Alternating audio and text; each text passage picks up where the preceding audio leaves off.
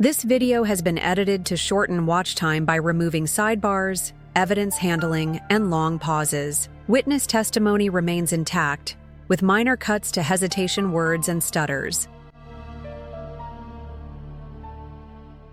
Hey, Mr. Lally, whenever you're ready. Thank you, Your Honor. Good morning, sir. Morning. Could you please introduce yourself to the jury, spelling your last name for the court? Yeah, my name is Andre Porto, last name spelled Porto. And what do you do for work, sir? I'm a forensic scientist too in the DNA unit at the Massachusetts State Police Crime Lab. And where did you go to school?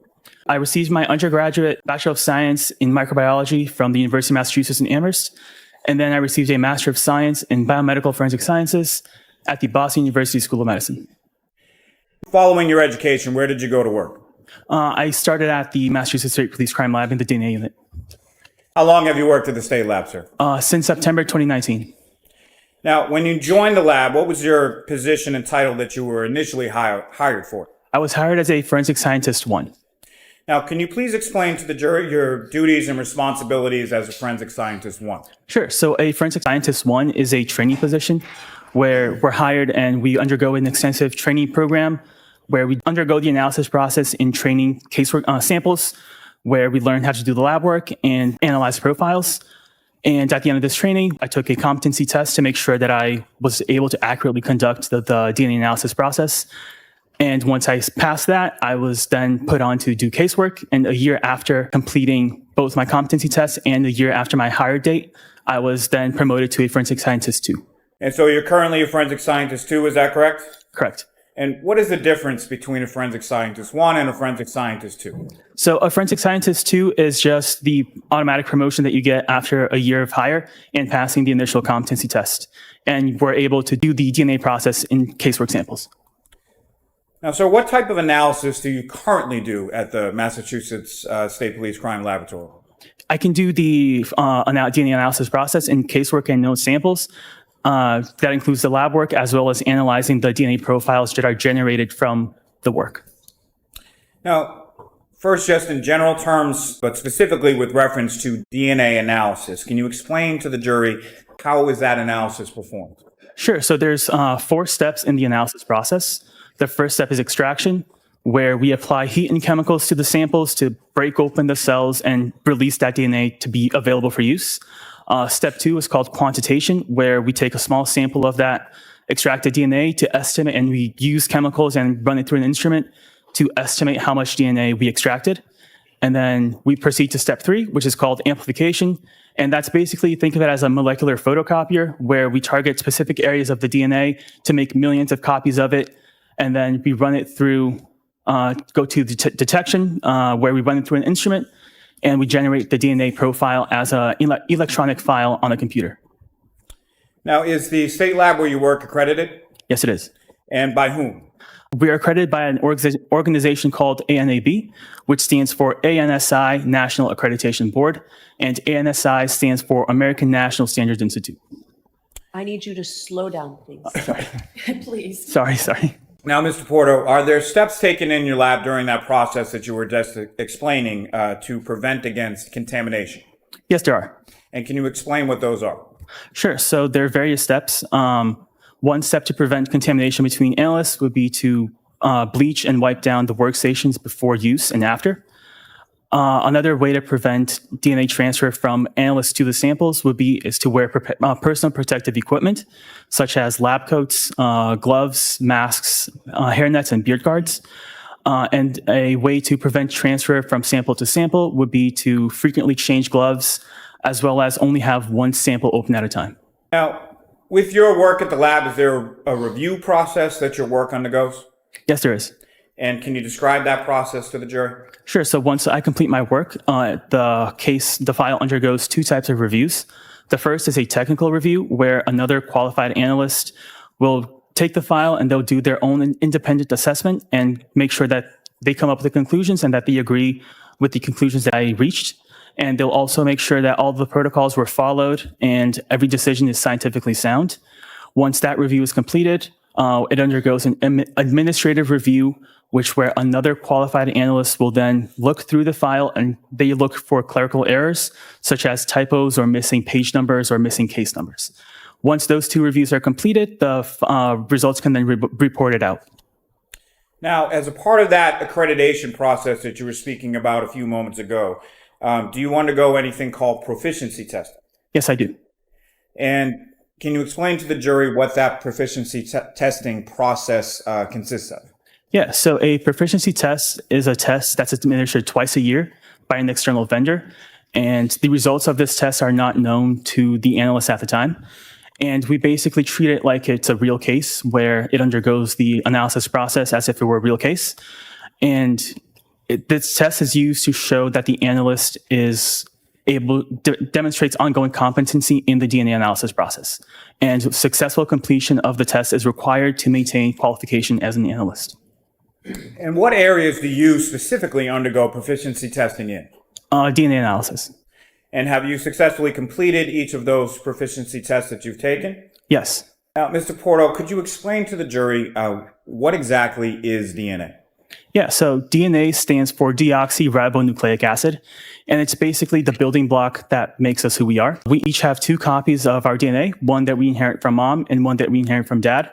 And that this combination makes sure that, barring with the exception of identical twins, we all have different DNA. And is DNA the same in every cell of a person's body? Yes. So what that means is if I were to take a blood sample and a saliva sample from the same person, the same DNA profile will be generated. Now, you spoke a bit earlier about the different steps included in the DNA testing. If you could, just a little bit slower, go through each of those 4 steps again for the jury.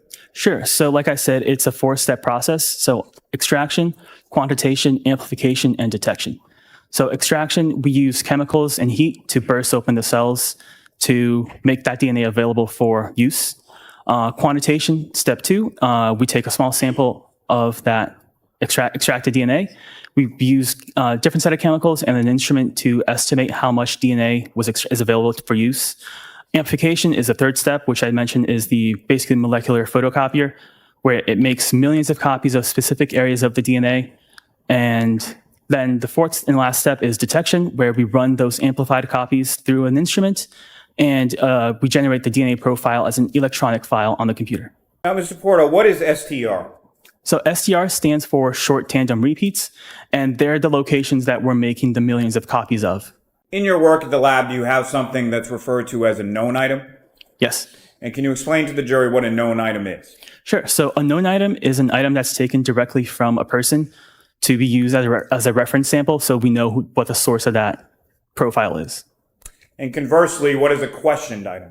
A questioned item is an item that's taken, let's say, from a crime scene where we don't know what the source is. Do you also have terminology within your lab as far as a parent versus a child item?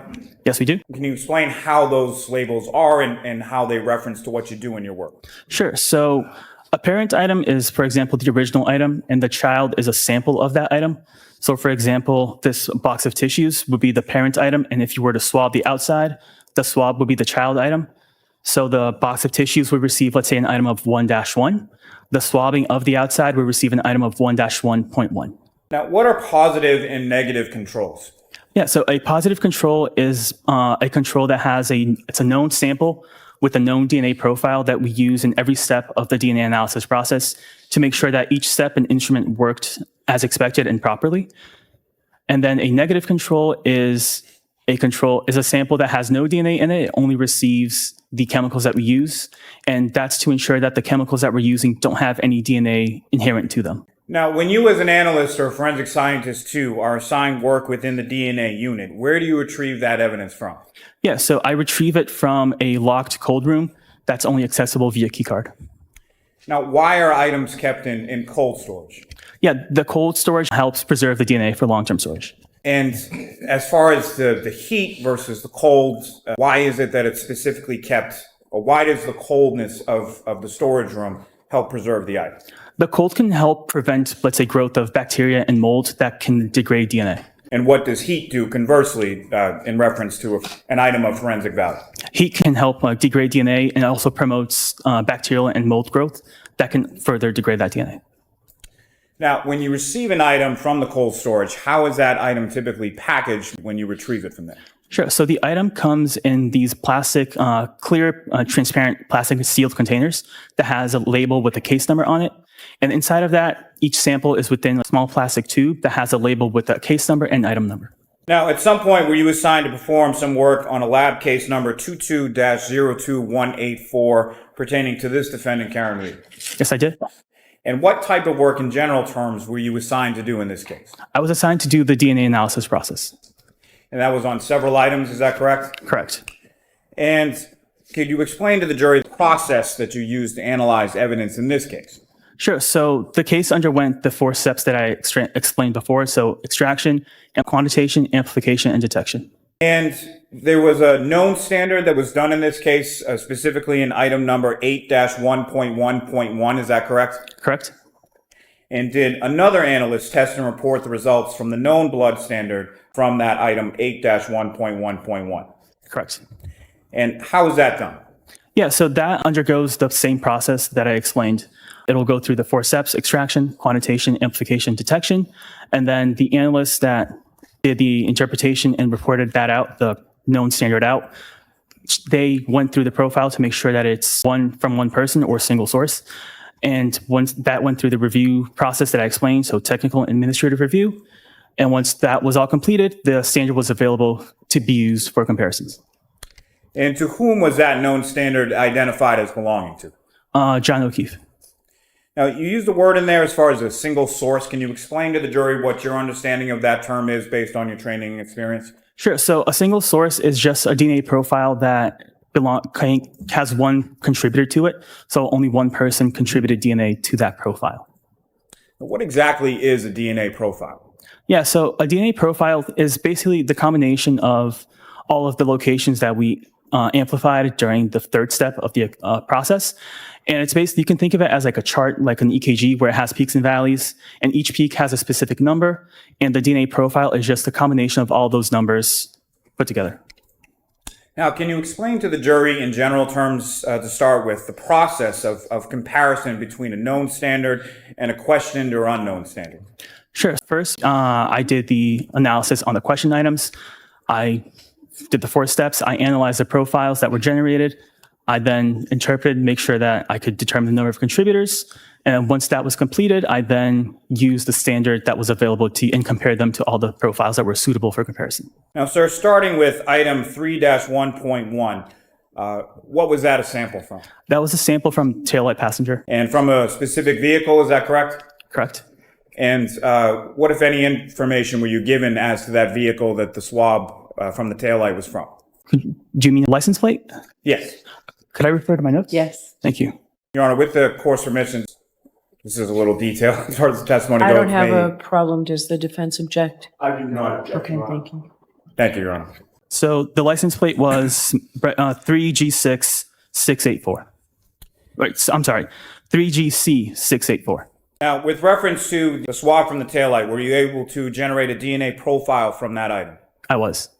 And from your comparative analysis from that question item to that of the known standard of John O'Keefe, what did you conclude?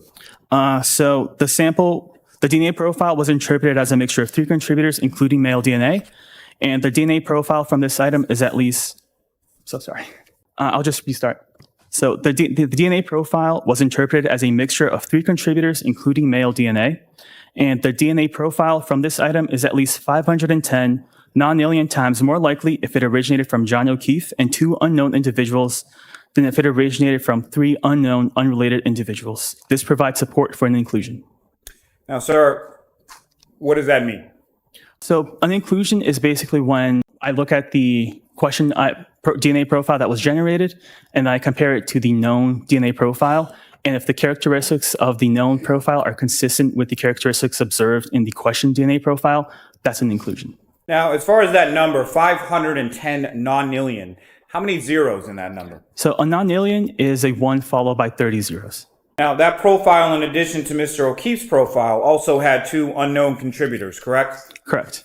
Now, was that item also submitted to an outside vendor named Bodhi Technologies for further analysis? Correct. And with reference to your comparative analysis from the profile from this item to Mr. O'Keefe profile, if you could again just expound upon what does inclusion mean? Yeah, so an inclusion, I compared the known standard that I had available for use from John O'Keefe to the DNA profile generated from the taillight. And the DNA profile if that was consistent with the DNA profile that I observed in the questioned item. And that's what an inclusion means. Now, regarding item 3-6, what is the description of that item?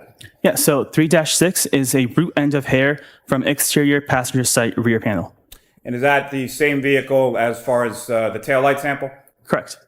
Now, with respect to hair in general, there's a root end and a shaft end, correct? Correct.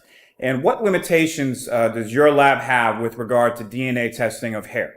So when we test hair, we're actually, the root end of the hair, we're looking at any potential skin cells that might be attached to the root end. So that's where the DNA that we're looking for is coming from. And if there's not too many, yeah. Are you familiar with a term based on your training experience known as autosomal DNA? Yes. And can you describe for the jury what your understanding of that term is? Yeah, so autosomal DNA is DNA that's located in the nucleus of the cell, and that's the DNA that we inherit from both mom and dad. Now, are you also familiar, based on your training experience, with a term known as mitochondrial DNA? Yes. And can you please explain to the jury what your understanding of the term mitochondrial DNA is? Yeah, so mitochondrial DNA is DNA that's found in the mitochondria of a cell, and we inherit that from the mother. It may be somewhat evident, but could you please explain to the jury the difference between autosomal DNA on the one hand and mitochondrial DNA on the other? Yeah, so like I said, the autosomal DNA is the one that we have 2 copies of, where we inherit one from mom and one from dad. And then the mitochondrial DNA is a circular DNA that we just inherit from mom. Now, is the Massachusetts State Police Crime Lab equipped to perform mitochondrial DNA testing? No, we're not. Now, was the DNA extract from the hair also sent to that external vendor, Bodie Technologies in Lorton, Virginia? I'm not sure if the extract was sent, but I know that the shaft of the hair was sent to Bodie. Now, what testing did you perform on the hair? I did the regular DNA analysis process on the root end of the hair. And that was done prior to it being shipped to that external vendor, is that correct? Correct. And what conclusions were you able to draw from the testing that you did on the hair? Yeah, so there was no human DNA detected and STR analysis was not performed. Now, what does that mean, sir? Yeah, so it means that I didn't detect any human DNA. So there might be DNA on there, but it was below what our instrumentation could detect. Now, turning your attention to item 3-2.1.1, what is the description related to that item, sir? It's a sample from the exterior of broken drinking glass. And is there any further indication as far as the broken drinking glass, as far as where it was recovered? Oh, yeah, 34 Fairview Road. And were you able to generate a DNA profile from this item, the drinking glass? Yes, I was.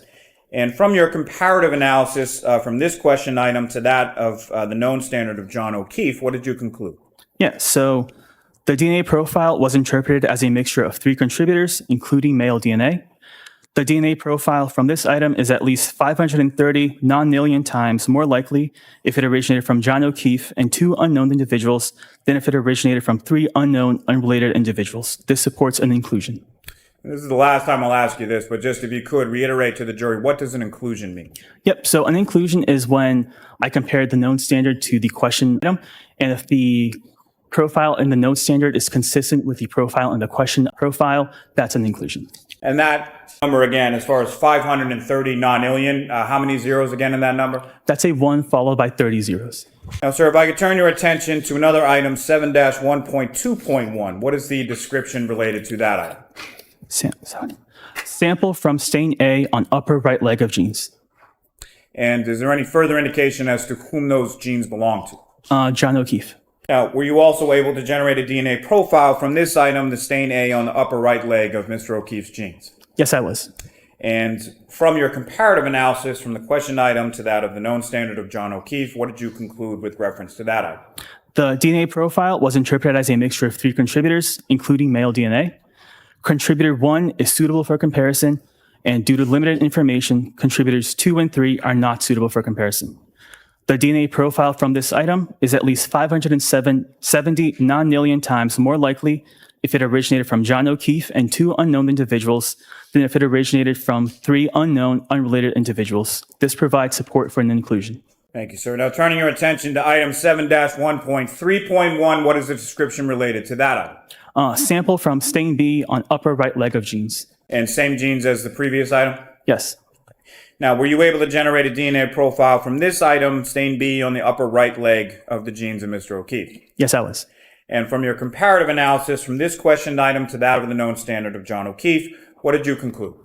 Yep, so the DNA profile was interpreted as a mixture of 3 contributors, including male DNA. The DNA profile from this item is at least 660 non-alien times more likely if it originated from John O'Keefe and 2 unknown individuals than if it originated from 3 unknown, unrelated individuals. This provides support for an inclusion. So with reference to item 7-1.4.1, and again, these items with the dash and the point, is that what you were referring to earlier as the parent-child relationship between items? Yes. And what is the description for 7-1.4.1? Sample from stain C on upper right leg of genes. Now, were you able to generate a DNA profile from this item from stain C on the upper right leg of Mr. O'Keefe's genes? Yes, I was. And from your comparative analysis of this question item stain C to that of the known standard of John O'Keefe, what did you conclude? The DNA profile is a mixture of at least 2 contributors, including male DNA. Contributor 1 is suitable for comparison. Due to limited information, contributor 2 is not suitable for comparison. The DNA profile was interpreted as a mixture of 2 contributors. The DNA profile from this item is at least 830 non-alien times more likely if it originated from John O'Keefe and an unknown individual than if it originated from 2 unknown, unrelated individuals. This provides support for an inclusion. Now, sir, with reference to item 7-1.5.1, what was the description of that? Sample from stain D on upper right leg of genes. Now, were you able to generate a DNA profile from this item from stain D on the upper right leg of Mr. O'Keefe's genes? Yes, I was. And from your comparative analysis from this item to the known standard of John O'Keefe, what did you conclude? The DNA profile was interpreted as a mixture of 3 contributors, including male DNA. The DNA profile from this item is at least 670 non-alien times more likely if it originated from John O'Keefe and 2 unknown individuals than if it originated from 3 unknown, unrelated individuals. This provides support for an inclusion. Now, sir, did you also do some testing on an item 7-1.6.1? Yes, I did. And what was the description associated with that item? Sample from stain E on upper right leg of genes. And were you able to generate a DNA profile from that item, stain E, on the upper right leg of Mr. O'Keefe's genes? Yes, I was. And from your comparative analysis from that question item to the known standard of John O'Keefe, what did you conclude? The DNA profile was interpreted as a mixture of 2 contributors, including male DNA. Contributor 1 is suitable for comparison. Due to limited information, contributor 2 is not suitable for comparison. The DNA profile from this item is at least 1.0 decillion times more likely if it originated from John O'Keefe and an unknown individual than if it originated from 2 unknown, unrelated individuals. This provides a support for an inclusion. I used a different number there as far as a decillion. How many zeros is a decillion? Yeah, a decillion is a 1 followed by 33 zeros. Now, with each of those items that you just testified about as far as the genes, question items from the stains on Mr. O'Keefe's genes, those were each located on the right leg, correct? Correct. Now, did you also perform some analysis on item 7-1.7.1? I did. And what is the description associated with that item number? Sample from unstained areas of the exterior of genes. Now, were you able to generate a DNA profile from that item from the unstained areas of the exterior of Mr. O'Keefe's genes? I was. And from your comparative analysis from this questioned item to the known standard of John O'Keefe, what did you conclude? The DNA profile was interpreted as a mixture of 4 contributors, including male DNA. The DNA profile from this item is at least 53 septillion times more likely if it originated from John O'Keefe and 3 unknown individuals than if it originated from 4 unknown, unrelated individuals. This provides support for an inclusion. And again, sir, with that number, as far as 53 septillion times more likely, how many zeros in a septillion? A septillion is a 1 followed by 24 zeros. Now, sir, if I could turn your attention to what's listed as number 12 in your report, but item 7-18.4.1, did you do some testing on that item as well? Yes. And what was the description associated with that? Sample from stain C on top front of Gray's long sleeve shirt. And the gray long sleeve shirt, is that attributed as belonging to a specific person? Yes, John O'Keefe. And were you able to generate a DNA profile from that item's specifically sample from stain C on the top front of the gray long sleeve shirt of Mr. O'Keefe? I was. And from your comparative analysis from that questioned item from the shirt to the known standard of John O'Keefe, what did you conclude? The male DNA profile was interpreted as originated from a single contributor. The DNA profile from this item is at least 58 octillion times more likely if it originated from John O'Keefe than if it originated from an unknown, unrelated individual. This provides support for an inclusion. And again, sir, that number, as far as 58 octillion times more likely, how many zeros in an octillion? So an octillion is a 1 followed by 27 zeros. Now, sir, if I could take you down to listed as 15 in your report, but did you do some testing on item 7-18.14.1? I did. And what was the description associated with that item? So sample from stain L on back bottom right of gray long sleeve shirt. And were you able to generate a DNA profile from that item? I was. And from your comparative analysis with reference to that item, the sample from stain L on the back bottom right of the gray long sleeve shirt in comparison to the DNA profile from the known standard of John O'Keefe, what did you conclude? So the DNA profile was interpreted as a mixture of 2 contributors, including male DNA. The DNA profile from this item is at least 1.0 decillion times more likely if it originated from John O'Keefe and an unknown individual than if it originated from 2 unknown, unrelated individuals. This provides support for an inclusion. Now, sir, did you also perform some analysis on an item numbered 7-18.17.1? I did. And what was the description associated with that item, sir? Sample from unstained areas of exterior of gray long sleeve shirt. And similarly, were you able to generate a DNA profile from that item, the sample from the unstained areas of the exterior of the gray long sleeve shirt of Mr. O'Keefe? I was. And from your comparative analysis from that question item to that of the known standard of John O'Keefe, what did you conclude? The DNA profile was interpreted as a mixture of 2 contributors, including male DNA. Contributor 1 is suitable for comparison, and due to limited information, contributor 2 is not suitable for comparison. The DNA profile from this item is at least 960 nonillion times more likely if it originated from John O'Keefe and an unknown individual than if it originated from 2 unknown, unrelated individuals. This provides support for an inclusion. Thank you, sir. I'm going to group a couple, 4 separate items from your report, starting with what's listed in your report as number 9 is item 7-3.1, correct? Correct. And what is the description associated with that item, sir? Sample from stain D on right instep of sneaker. And 11 from your report, you also did some analysis on item 7-18.3.1, is that correct? Correct. And what was the description associated with that? Sample from stain B on top front of gray long sleeve shirt. And item 7-18.7.1, do you see that as well? Yes. And what was the description associated with that item? Sample from stain F on top front of gray long sleeve shirt. And lastly, this group, item 7-18.8.1, what was the description associated with that? Sample from stain G on back left sleeve of gray long sleeve shirt. And with respect to each of those last 4 samples from those items, were you able to generate a DNA profile with respect to each of those 4? Profiles were generated from them.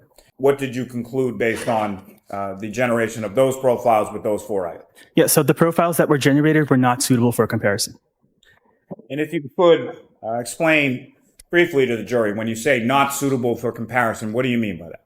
Yeah, so for 7-3.1, it was a mixture of at least 5 contributors.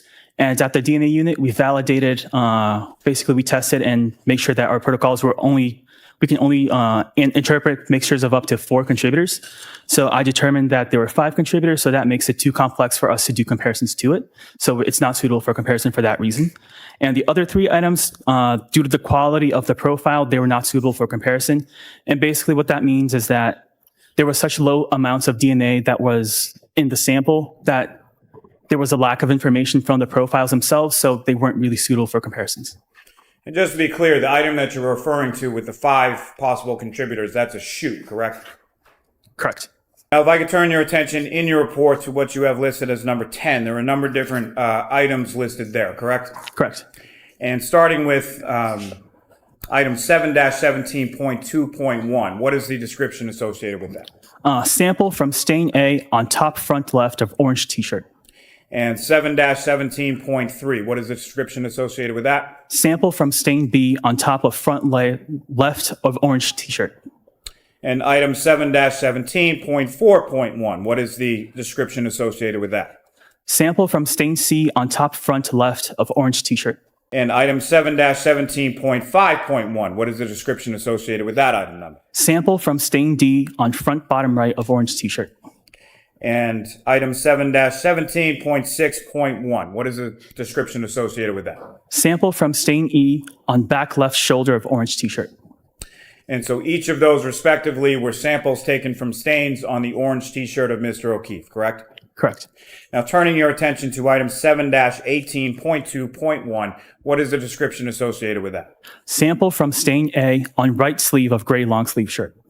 And item 7-18.5.1, what is the description associated with that? Sample from stain D on center front of gray long sleeve shirt.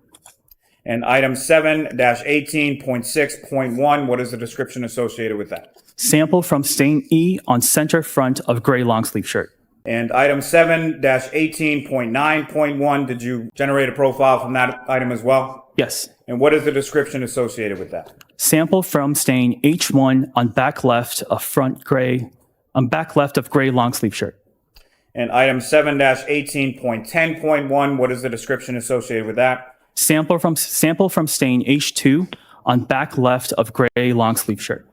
And item 7-18.11.1, what is the description associated with that? Sample from stain I on back right shoulder of gray long sleeve shirt. And item 7-18.12.1, what is the description associated with that? Sample from stain J on back bottom right of gray long sleeve shirt. And lastly, with this group search, item 7-18.13.1, what is the description associated with that? Sample from stain K on back bottom right of gray long sleeve shirt. And so each of those items beginning with 7-18 were associated with various stains taken from various areas on the gray long sleeve shirt of Mr. O'Keefe, correct? Correct. And with respect to each of those areas of the orange t-shirt and the gray long sleeve shirt, were you able to generate a DNA profile from those items? I was. And from your comparative analysis of each of the DNA profiles from those items to the known standard of John O'Keefe, what did you conclude? So the male DNA profile was interpreted as originating from a single contributor. The DNA profile from these items is at least 490 octillion times more likely if it originated from John O'Keefe than if it originated from an unknown, unrelated individual. This provides support for an inclusion. Now, again, if you could just remind the jury, when you say single source contributor, what does that mean? Yeah, so a single source profile is a profile that has one contributor to it. So like one person contributed DNA to that profile. And with respect to the number as far as 490 octillion times more likely, how many zeros are in that number? So an octillion is a 1 followed by 27 zeros. Now, lastly, sir, did you perform any analysis with reference to items numbered 8-2 and 8-3? I did. And what were the descriptions respectively for items 8-2 and 8-3? So item 8-2 was right hand fingernail clippings from John O'Keefe, and item 8-3 were left hand fingernail clippings from John O'Keefe. So fingernail clippings from both the right and left hand of Mr. O'Keefe. Correct. And were you able to generate a DNA profile from those item numbers, the right and left hand fingernail clippings of Mr. O'Keefe? I was. And based on, from your comparative analysis of the DNA profile from the right and left hand fingernail clippings, both of Mr. O'Keefe, taken in conjunction with the known standard of John O'Keefe, what did you conclude? Yeah, so the male DNA profile was interpreted as originated from a single contributor, and the DNA profile from these items is at least 490 octillion times more likely if it originated from John O'Keefe than if it originated from an unknown, unrelated individual. This provides support for an inclusion. So with respect to each the right and left-hand fingernail clippings of Mr. O'Keefe, both of those were identified by you or your analysis as a single source contributor, correct? Correct. And they were each 490 octillion times more likely to have originated from John O'Keefe than from an unknown, unrelated individual. Is that correct? Correct. Thank you. Thank you, sir. I have nothing further on. Good morning, sir. Good morning. Mr. Porto, I would like to start by asking you about item 3-1.1, which you've identified as a sample from the passenger side taillight of the vehicle. Can you orient yourself in your report to that item? Yes. And that, of course, was the passenger side taillight that was attached to the vehicle, correct? Correct. You were never asked to do any DNA comparison on any pieces of taillight connected with this case, correct? For taillight, there was another item that was item 3-3.1, which is sample from apparent glass on rear bumper, if that's what you're referencing. Okay, so if I suggested to you that the taillight was plastic, that glass wouldn't have been the taillight, correct? I don't have, that's beyond my scope of testing. Gotcha. Okay. With regard to the passenger side taillight, you found that there were 3 contributors of DNA to that taillight attached to the vehicle, correct? Correct. One of those contributors appeared to be John O'Keefe. Is that fair to say? He was included into right. the profile. With regard to the other 2 contributors, who were they? They could be anybody. Were you ever asked to compare DNA samples from either Canton Police Detective Kevin Albert or Canton Police Chief Kenneth Berkowitz to the DNA profile that you analyzed from that passenger side taillight? I was not. Now, with regard to the broken drinking glass, which is item 3-2.1.1. Do you see that in your report? I do. With regard to that, you came up with a DNA profile that also had 3 contributors, correct? Correct. One of those contributors appeared to be John O'Keefe, correct? He was included, correct. Who were the other 2 contributors? I don't know. They could be anybody. Were you ever asked with regard to that broken drinking glass to compare the DNA profile that you analyzed with the DNA of either Boston Police Sergeant Brian Albert or ATF agent Brian Higgins? I was not.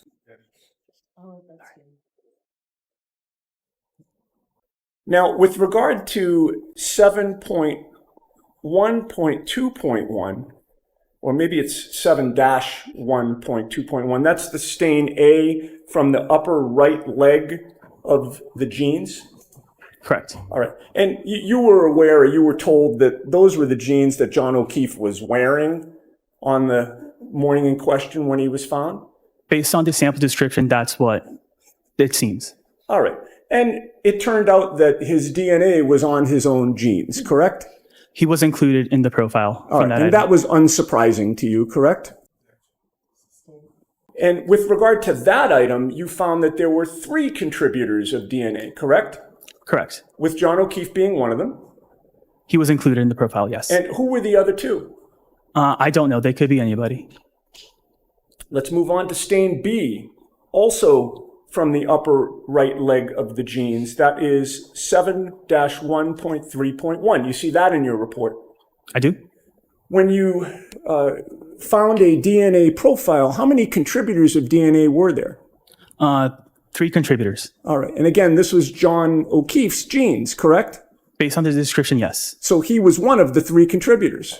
He was included in the profile, yeah. Who were the other 2? I don't know. They could be anybody. Moving on to stain C from the upper right leg of the jeans. 7-1.4.1. You see that in your report? I do. With regard to the DNA profile that you analyzed there, how many contributors of DNA were there to that profile? At least 2, and it was interpreted as 2 contributors. And again, this is the same pair of jeans that he was found in, correct? Based on the description, yes. And you said at least 2 contributors. It actually could have been more than 2. Based on our protocols, I had to call it 2, and we determined it as 2, but it could be more than 2, yes. Okay. Well, let's pay attention to the one that was not John O'Keefe, at least that one. Who contributed that DNA to his pants? I don't know. It could be anybody. Moving on to stain D, which is 7-1.5 7-1. And if I can just put my glasses on to make sure I've read my own writing correctly. Actually, is it 7-15-1? Did I get that wrong the first time? D? I'm sorry? Do you mean Stain stain D? D? Stain D. Stain D is 7-1.5.1. Oh, I had it right the first time. Okay. Right.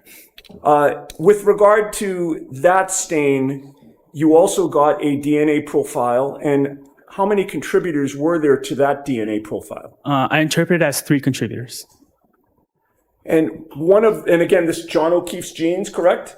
Correct. He was one of the contributors to his own genes, correct? He was included in the profile. And with regard to that stain on the upper right leg of his genes, who contributed the DNA to who were the other 2 contributors of DNA to that stain?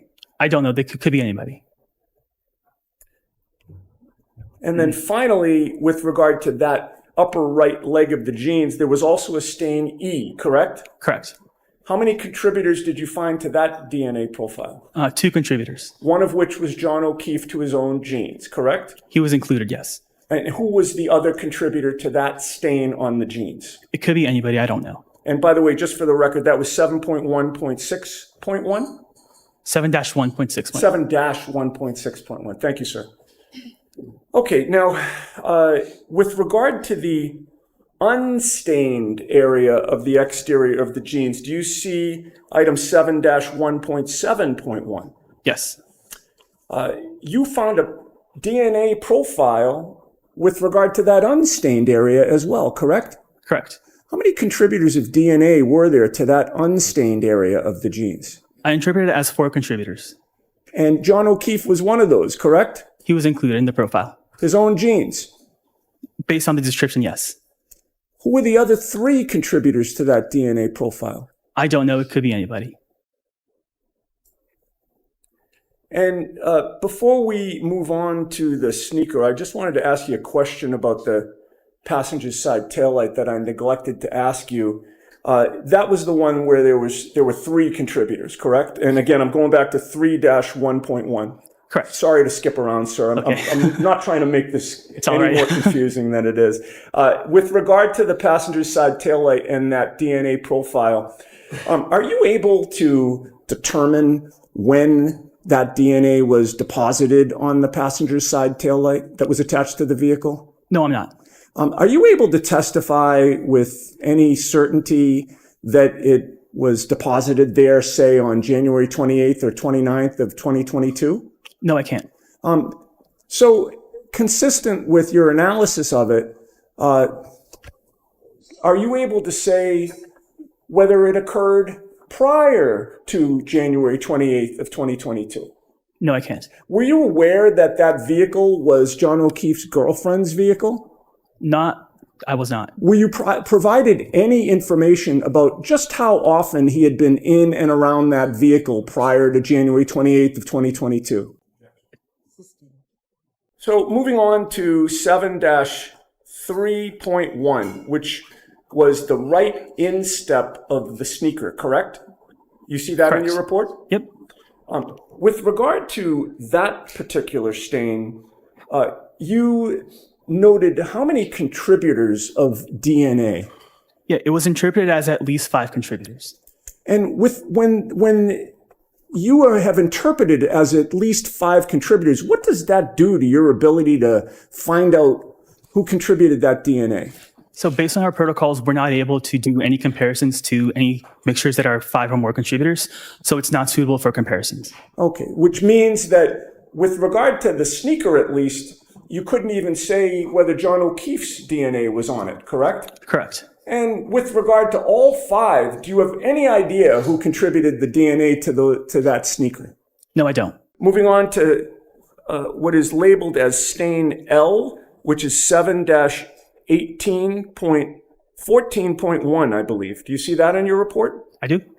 And that was a stain on the back bottom of his long sleeve shirt, correct? Correct. And were you told that the long sleeve shirt was his outer clothing when he was found? I don't believe so.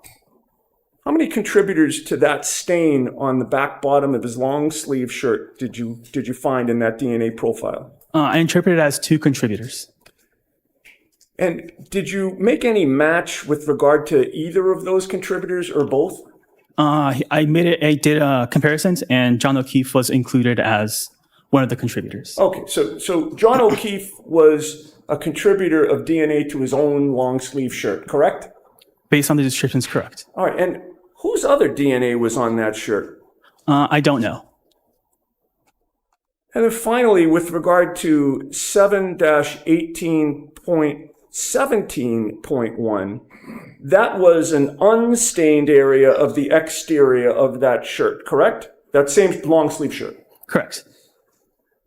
And you tested that and got a DNA profile, correct? Correct. How many contributors were there to that DNA profile? I interpreted it as 2 contributors. Was John O'Keefe one of them? He was included as one of the contributors. Okay, so his DNA was found on his own shirt, correct? Based on the description, correct. And who contributed the other DNA profile to John O'Keefe's sweatshirt? I don't know. With regard to any of the stains on the upper right leg of the jeans, I counted 1, 2, 3, 4, 5 that you've discussed here today. Were you ever asked to compare the DNA profile with the DNA profiles of either Brian Higgins or Brian Albert? I was not. Oh, sorry. Oh. I'm sorry. And your answer was you were not? I was not. Did anybody ever provide you with DNA profiles of Brian Higgins or Brian Albert? Sustain to that. I just have one more question for you, Mr. Porto, and I do want to thank you for answering all my questions here today. You wrote reports on your analysis of all the items and the work that you did on this case? I did. And you are directed, pursuant to protocol, to address those reports to somebody, correct? Correct. Who was it that you sent the reports to in this case? I'm sustaining the objection. Did you send those reports to Michael Proctor? Objection. Sustained. Passing the discretion. Jurors, strike the question. I have nothing further. Thank you, sir. Mr. Porto, based on your training and experience in years of doing DNA testing at the lab, when it comes to samples from items of clothing, is it uncommon or common to have multiple contributors? That depends. It can happen, but it's possible, yes. Is it something that's a complete anomaly? I wouldn't say so, no. Turning your attention back to item 3-1.1, that's the sample from the passenger side taillight of the defendant's vehicle, correct? Correct. And Mr. O'Keefe was found to, his known DNA profile was found to be an inclusion for the DNA profile from the swab from the defendant's passenger side taillight, correct? He was included in the profile, yes. And to what statistical, what is the number associated with that inclusion, sir? The DNA profile from this item is 510 non-alien times more likely to have originated from John O'Keefe and 2 unknown individuals than if it originated from 3 unknown, unrelated individuals. Now, Mr. Porter, if I could turn you back to number 10 in your report, there's a number of different items listed there, correct? Correct. And as far as the items listed associated with various stains on various areas of Mr. O'Keefe's orange t-shirt and gray long sleeve shirt, there's about 13 different DNA profiles that you generated in reference to those items, correct? Correct. And from those 13 different items, they're all from a single contributor, is that correct? Correct. They were interpreted as originated from a single contributor. And as far as the DNA profile, your comparison of each of those 13 different stains on the orange t-shirt and the gray long sleeve shirt, what were your conclusions again as your comparison with the known standard of John O'Keefe? Yeah, so the profile was interpreted as originated from a single contributor, and the DNA profile from these items is at least 490 octillion times more likely if it originated from John O'Keefe than if it originated from an unknown, unrelated individual. This provides support for an inclusion. And lastly, with reference to the fingernail clippings from both the right hand and the left hand of Mr. O'Keefe, those were also, your analysis provided for inclusion of Mr. O'Keefe's known DNA standard, correct? He was included in the profile, correct. And again, the profile from both the right hand and the left hand fingernail clippings was a single source contributor, correct? Sustained. How many sources were associated with those? Objection. Sustained. Nothing further. Okay. You all set, Mr. Unity? Yes, Your Honor. Thank You you. are all set, Mr. Porto. Thank Thank you you. very much.